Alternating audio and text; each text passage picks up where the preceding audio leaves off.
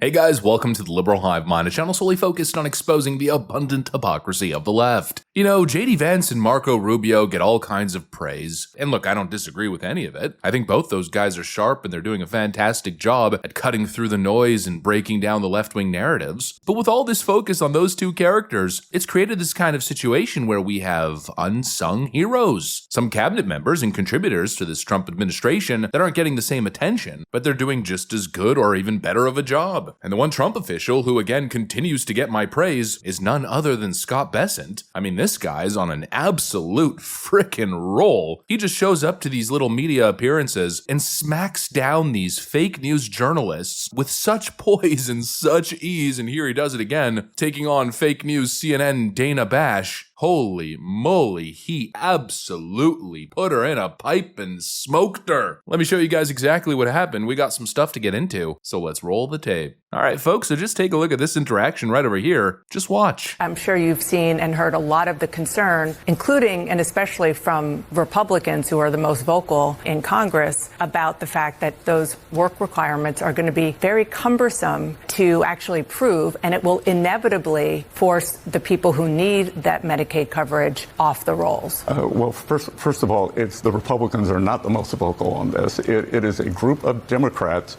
who unfortunately seem to think that poor people are stupid. I don't think poor people are stupid. I think they have agency, and I think to have them register twice a year for these benefits, that is not a burden. But these people who want to infantilize the poor and those who need these Medicaid benefits are alarmists. My impression of the Republican Party is that historically you've wanted to cut through the red tape and not create more red tape. But I do want to move on because no. But we've also wanted to put in work requirements, which somehow that was very popular under Bill Clinton, was popular under President Obama, and this Democratic Party blew out the deficit in 2020, and they never want to bring it back. But work requirements even poll well with the median Democratic voter, maybe not the fringe. Oh boy, did he absolutely light her up. Always with the same fake, compassionate, soft, patronizing nonsense. Ooh, but the kids, ooh, but the people, oh, the poor as a people. They can't do it on their own. They can't do it without us. They need our money. Actually, they need your money. Quick, give it to me so I can give it to them. That's basically the Democrat stance, right? But let's be freaking real for a second. These leftoids don't actually believe in empowering people. They believe in infantilizing them, as if grown adults on government assistance are too incompetent to meet basic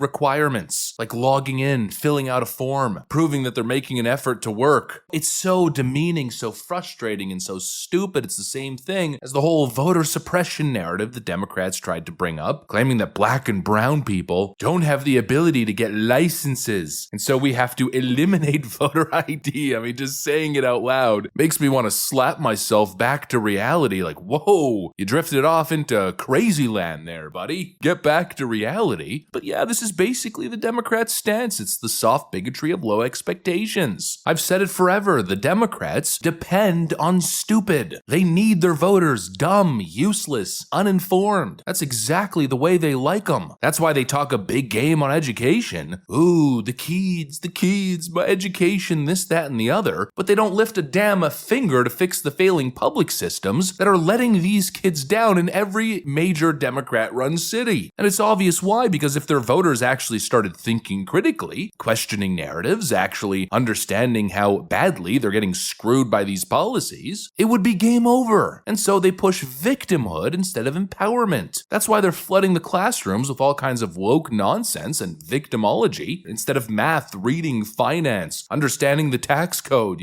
things that would actually be helpful to being a productive adult member of society. No, they don't want any of that. They just need you emotional, angry, dependent, and most importantly, uneducated and easily manipulated. Because smart, self-sufficient voters don't need a big government. And that's basically an existential threat to the Democrat establishment. And so now I guess work requirements are racist or ableist. It's elitist gatekeeping. So stupid. Again, I can't say it without feeling like a monumental moron. And it's just so funny to watch all these Democrats hitting us with their gasps of outrage. How dare you? Do you know how many people will now die? Do you know how many people will go hungry? Oh, the horror. First of all, no, not gonna happen. Secondly, get a damn job. And thirdly, you guys look like complete frickin' hypocrites considering your party supported work requirements for decades. Nearly 30 years ago, Robert Kennedy said, "Work is the meaning of what this country is all about. We need it as individuals, we need to sense it in our fellow citizens, and we need it as a society and as a people." From now on, our nation's answer to this great social challenge will no longer be a never-ending cycle of welfare. It will be the dignity, the power, and the ethic of work. Today we are taking an historic chance to make welfare what it was meant to be, a second chance, not a way of life. This bill will help people to go to work so they can stop drawing a welfare check and start drawing a paycheck. For too many, welfare has been a way of life. For too long, it has condemned too many on welfare to a lifetime at the margins of our society. Today, we start to change all that. Anyone who wants to receive welfare must sign an individual responsibility contract so that they are forced to agree up front to the conditions placed on receiving the benefit, and so that they will have a plan from day one on how to get themselves off of welfare, put them to work, and make them want to go to work and make it reasonable for them to go to work. They actually have charged and run ads saying that President Obama wants to weaken the work requirements in the welfare reform bill I signed that moved millions of people from welfare to work. Oh, wait, the requirement was for more work, not less. I am telling you, the claim that President Obama weakened welfare reform's work requirement is just not true. The best anti-poverty program is a job.